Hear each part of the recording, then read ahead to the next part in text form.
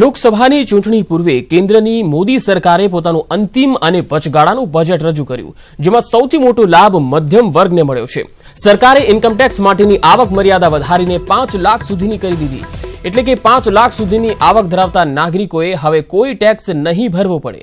આ અગાઉ 2.5 થી 5 લાખ સુધીની આવક ધરાવતા લોકો માટે 5% ઇન્કમટેક્સની જોગવાઈ હતી। તો ખેડૂતોને પણ મોટી રાહત આપતા સરકારે ખેડૂત સન્માન યોજનાની જાહેરાત કરી, જે અંતર્ગત 2 હેક્ટર જમીન ધરાવતા પ્રત્યેક ખેડૂતના ખાતામાં પ્રતિ વર્ષ 6,000 રૂપિયા જમા થશે, જે અંતર્ગત 12 કરોડ ખેડૂતોના પરિવારને લાભ મળશે। 75,000 કરોડના ખર્ચવાળી આ યોજનામાં 2,000ના 3 હપ્તામાં ખેડૂતોને નાણાં મળશે। એટલું જ નહીં, ચૂંટણી પહેલા 2,000નો પ્રથમ હપ્તો ખેડૂતોના ખાતામાં જમા થઈ જશે। 1 ડિસેમ્બર 2018થી જ આ યોજનાનો લાભ ખેડૂતોને મળશે। તો ગૌરક્ષા માટે સરકાર 750 કરોડના ખર્ચે રાષ્ટ્રીય કામધેનુ યોજના શરૂ કરશે। પશુપાલન અને મત્સ્ય ઉદ્યોગ માટેની લોનના વ્યાજમાં 2%ની રાહત અપાઈ છે। 10 લાખ કામદારો માટે જાહેરાત કરતા સરકારે શ્રમિકોનું બોનસ વધારીને 7,000 કરાયું છે અને કામદારના આકસ્મિક મૃત્યુ માટે 6 લાખના વળતરની જાહેરાત કરી છે। શ્રમયોગી માનધન યોજના અંતર્ગત 15,000ની આવક ધરાવતા લોકોને પેન્શન મળશે। માનધન યોજના ચાલુ વર્ષથી જ લાગુ થઈ જશે।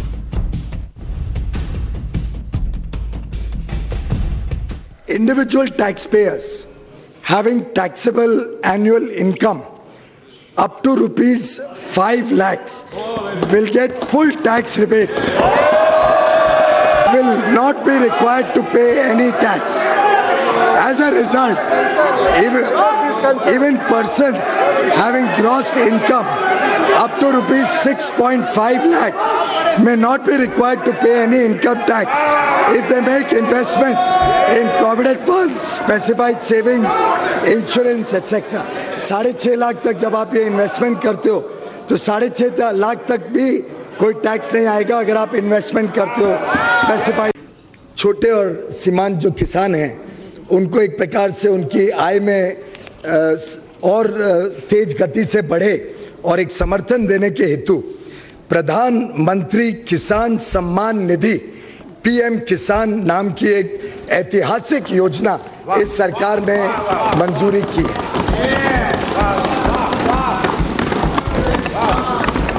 PM किसान इस योजना के तहत जो वल्नरेबल किसान हैं, जो छोटी जमीन रखते हैं, 2 हेक्टेयर तक की जिनकी जमीन है, 2 हेक्टेयर तक की जमीन को, उन सभी को सीधा उनके इनकम में सपोर्ट, डायरेक्ट इनकम सपोर्ट 6,000 रुपए प्रति वर्ष के हिसाब से देने का निर्णय सरकार ने। આણંદમાં ખેડૂતોએ મોદીના બજેટને આવકાર્યું છે અને વીજળી, પાણી અને ખાતરની સમસ્યાનો ઉકેલ ન આવ્યો હોવાનો બળાપો પણ કાઢ્યો છે। કેન્દ્ર સરકાર દ્વારા આજે વચગાળાનું બજેટ રજૂ કરવામાં આવ્યું છે। ખેડૂતોલક્ષી ક્યાંક ને ક્યાંક બજેટ હોવાનો પહેલેથી જ અણસાર હતો અને આજે ખેડૂતોલક્ષી બજેટ જે રજૂ થયું છે, પરંતુ જે આશાઓ અપેક્ષાઓ ખેડૂતોની હતી એ આશાઓ અપેક્ષાઓ ફરી છે કે કેમ, આપણી પાસે કેટલાક ખેડૂતો છે તેમને જ પૂછવાનો પ્રયત્ન કરીશું। શું નામ છે આપનું? ઘનશ્યામભાઈ। ઘનશ્યામભાઈ, જે રીતે બજેટ રજૂ થયું છે શું કહેશો? કેટલું હવે ખેડૂતલક્ષી બજેટ જે આપ્યું છે એ સરકારની આવકાર્ય બાબત છે, પણ જે ખાતરમાં અધોધો ભાવ વધી ગયા છે, DAP ફોસ્ફેટિક ખાતરમાં જે ભાવ વધ્યા છે એને લઈને જો સરકાર કંઈક વિચારે અને ભાવ ઘટાડાની કોઈ નીતિ કે કોઈ નિયમ કે એ લાવે તો ખેડૂતો માટે વધારે ફાયદાકીય રહેશે। ખાતરના ભાવમાં ખાસ કરીને આ બજેટમાં ઘટાડાની જોગવાઈ કરવી જોઈતી હતી તેમ કેવું છે। આપણી સાથે અન્ય પણ એક ખેડૂત છે, શું કે અન્ય એક ખેડૂત મિત્ર પણ આપણી સાથે છે, તેમને પણ પૂછવાનો પ્રયત્ન કરીશું। જે રીતે સરકાર દ્વારા આજે કૃષિલક્ષી બજેટ રજૂ કરવામાં આવ્યું છે, શું કહેશો? કેટલી આશાઓ હતી, કેટલી અપેક્ષાઓ પૂર્ણ થઈ છે? ખરેખર તો બજેટ આવકારદાયક છે। જે 6,000 રૂપિયા પ્રતિ 2 હેક્ટરે એમણે જે લાભ આપ્યો છે એને આવકારીએ છીએ, પણ આ સિવાય ખેડૂતોના ઘણા પ્રશ્નો છે કે એમને વીજળી પૂરતા પ્રમાણમાં મળવી જોઈએ, અથવા તો બિયારણ ક્વોલિટીવાળું મળે, એમાં ભાવ સસ્તા થાય, વીજળીના બિલમાં કંઈક વધારે રાહત આપી હોત તો હું માનું ખેતી પ્રધાન દેશને બજેટલક્ષી કહેવાત ખેડૂતો માટે, અને ખેડૂતો માટે એક સારી જોગવાઈ રત। ખરેખર ખેડૂતલક્ષી બજેટ છે, પણ થોડીક વધારે સુવિધાઓ ખાતરની અંદર, વીજ બિલની અંદર પૂરતા પ્રમાણમાં વીજળીનું કર્યું હોત તો સારું રહેત। મોટા ભાગના ખેડૂતોનું માનવું એવું છે કે કૃષિલક્ષી બજેટ આજે રજૂ તો કર્યું છે સરકારે, પરંતુ કેટલાક જે એમાં નવા સુધારા લાવવાની જરૂર હતી, નવી યોજનાઓ લાવવાની જરૂર હતી, જેમ કે વીજળી છે, ખોર ખાતરના ભાવ ઓછા કરવાના. આમ એકંદરે જે બજેટ છે તેને આવકાર્યું છે. ઘનશ્યામ પટેલ, ન્યૂઝ 18 ગુજરાતી, આણંદ.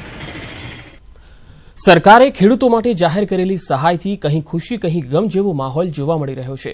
ભાવનગરના કેટલાક ખેડૂતો સરકારની આ જાહેરાતથી ખુશ છે, તો કેટલાક ખેડૂતો જાહેરાતને લોલીપોપ સમાન ગણાવી રહ્યા છે. હાલમાં કેન્દ્ર સરકારે ખેડૂતોને લઈને કેટલીક રાહતો જાહેર કરી છે. આપણી સાથે અહીંયા ખેડૂતો ઉપસ્થિત છે, એમની પાસેથી જાણીએ. અત્યારે જે કેન્દ્રની સરકારે બજેટ જાહેર કર્યું છે તેની અંદર વાર્ષિક 6000 જેવી સહાય 2000 હેક્ટરથી નીચે જમીન હોય એને આપવાની જાહેરાત છે. શું ખેડૂત તરીકે માનો? એ અમારા માટે એક શરતે સારી વાત છે, અને સરકારશ્રીને હું વિનંતી કરું છું કે હજી થોડો ઘણો એમાં કાંઈ વધારો કરી દે તો પણ સારું. અચ્છા, સરકાર પાસે એવી અપેક્ષા કે જે છે એની કરતાં પણ થોડુંક વધારે કરવું જોઈએ. તમે શું માનો છો? ક્રેડિટ કાર્ડથી પણ રાહત 2%ની જાહેરાત કરી છે સરકારે.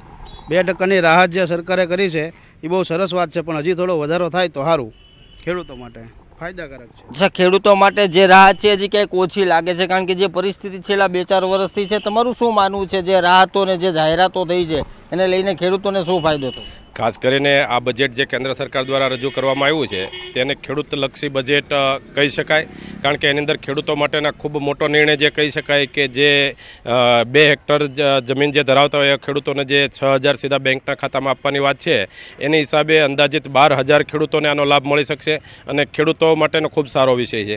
અને બીજી જાહેરાત જે છે કિસાન ક્રેડિટ કાર્ડ ઉપર જે લોન લીધી હોય એની અંદર પણ 2% જે રાહત આપવાની વાત છે એ પણ ખેડૂત માટે ખૂબ સારા સમાચાર છે. અને બાકીનો ત્રીજો વિષય જે છે કુદરતી આપત્તિમાં ખેડૂતોનો પાક ફેલ થયો હોય કે નુકસાન થયું હોય ત્યારે એ લોનની અંદર પણ જે રાહત આપવાની વાત છે એ નિર્ણય સરકારે ખેડૂતો માટે ખૂબ સારો લીધો છે.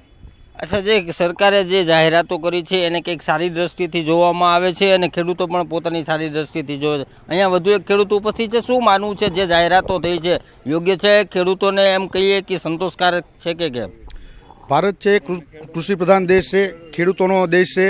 નરેન્દ્ર મોદીભાઈની સરકાર છે એ ખેડૂતલક્ષી સરકાર નથી. હું એક ખેડૂત તરીકે સ્પષ્ટ માનું છું, કારણ કે 6000 રૂપિયા એમને જે વાર્ષિક 6000 રૂપિયા એટલે કે એક મહિનામાં 500 રૂપિયા જેવું નાની એવી રકમ છે, એક જાતનો લોલીપોપ છે સરકારનો. આમાંથી ખેડૂતો કઈ રીતના ખુશ રહી શકે? આપ જાણો છો કે ખેતીમાં ઘણી બધી નુકસાનીઓ છે. ખાસ કરીને ખેડૂતોને ડુંગળીના ભાવ નથી મળતા, ખાસ કરીને મગફળીના ટેકાના ભાવ નથી મળતા. ગયા વર્ષે પણ અમારી માંગ હતી કે ખેડૂતોને ડુંગળીની સબસિડી મળે, પણ એ પણ આજ સુધી ખેડૂતોને મળી નથી. તો અત્યારે બીજી એક જાહેરાત સરકારે કરી છે કે ખેડૂતોને 12000 રૂપિયા વાર્ષિક અમે આપશું. તો 12000થી કઈ રીતના ખેડૂતનો ઘર હાલે? આજ તમે જુઓ નોકરિયાત વર્ગ છે એને મહિને 50000 60000 જેવી દર મહિને ઇન્કમ છે, જ્યારે ખેડૂતોને કુદરતી આફતમાં પણ વારંવાર ટેકાના ભાવ માટે પૂછવામાં આવે છે, વીમા માટે પૂછવામાં આવે છે, ત્યાં સર્વે કરવામાં આવે છે અને સર્વે કર્યા બાદ એવું કહેવામાં આવે છે કે તમે આ કુદરતી આફતમાં નથી આવતા, તો ખેડૂતોને ત્યાં પણ તકલીફ છે. એટલે મારી એવું માનવું છે કે આ લોલીપોપ છે સરકારનો.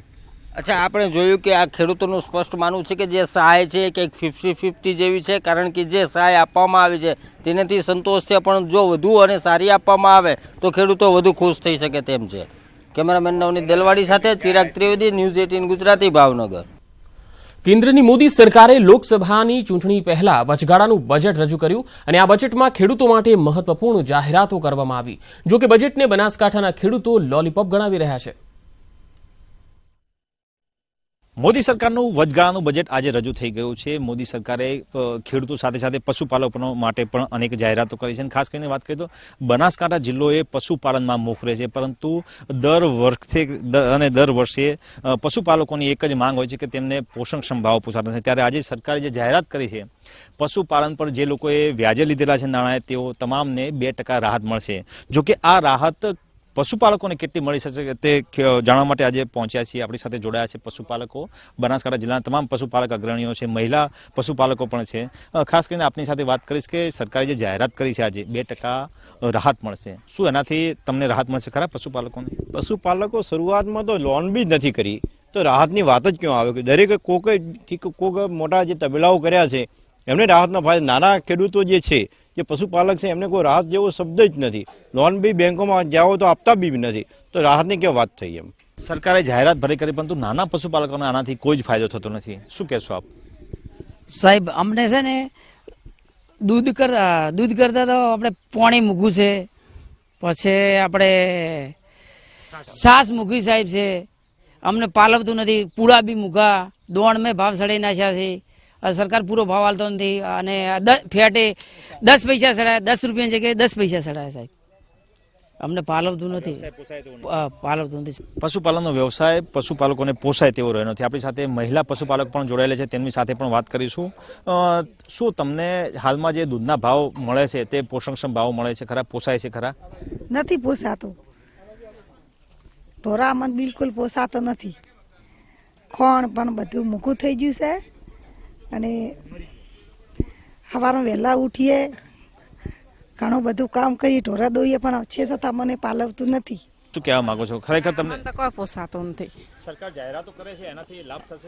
સરકાર અમને ચાલે, મોટો ખેડૂતો નાલે, અમને એટલા જ ચાલે. 5-6 વાગે ઉઠે, 5 વાગે પેશન સાર નાખ, પેશન ગોબર નાખ, ટાઢના ઠરી જ, તો દૂધમાં કોઈ પાલવતું નથી. હા, મજૂરી. આખો પરિવાર દિવસ રાત મજૂરી કરે ત્યારે માંડ પોતાના પરિવારનું ગુજરાન ચાલે તેટલું જ નાણાં મળતા હોવાના પશુપાલકોનું માનવું છે. સરકારે ખરેખર શું પશુપાલકોને કયા બાબતોને ધ્યાનમાં રાખવી જોઈએ જેથી પશુપાલકોનું પણ જીવન ધોરણ. અને હવે એક મહત્વપૂર્ણ સમાચાર ભાવનગરથી આવી રહ્યા છે. ભાવનગરના મહુવામાં ખેડૂતો પર થયેલા દમનના મામલે ગુજરાત હાઈકોર્ટે મહત્વપૂર્ણ હુકમ જારી કર્યો છે. તમામ પોલીસ કર્મીઓ સામે તત્કાલ FIR નોંધવાનો આદેશ આપ્યો છે. સિમેન્ટના વિરોધમાં ખેડૂતોએ આંદોલન કર્યું હતું. ખેડૂતોની અરજીમાં દર્શાવેલ પોલીસ કર્મીઓ સામે ગુનો નોંધવાનો આદેશ કરવામાં આવ્યો છે. સ્થાનિક કોર્ટના જ્યુડિશિયલ અધિકારીને આદેશ કરાયો છે. ભાવનગરના SP, DYSP અને દાઠા પોલીસ સ્ટેશનના PI સહિતના પોલીસ કર્મીઓ સામે નોંધાઈ શકે છે ગુનો. ભાવનગરના મહુવામાં ખેડૂતો પર થયેલા દમન મામલે ગુજરાત હાઈકોર્ટે હુકમ આપ્યા છે. તમામ પોલીસ કર્મીઓ સામે તત્કાલ FIR નોંધવાનો આદેશ કહ્યો છે. સિમેન્ટ કંપનીના વિરોધમાં ખેડૂતોએ આંદોલન કર્યું હતું અને ખેડૂતોની અરજીમાં દર્શાવેલ પોલીસ કર્મીઓ સામે ગુનો નોંધવાનો આદેશ કર્યો છે. સ્થાનિક કોર્ટના જ્યુડિશિયલ અધિકારીને આદેશ કર્યો છે.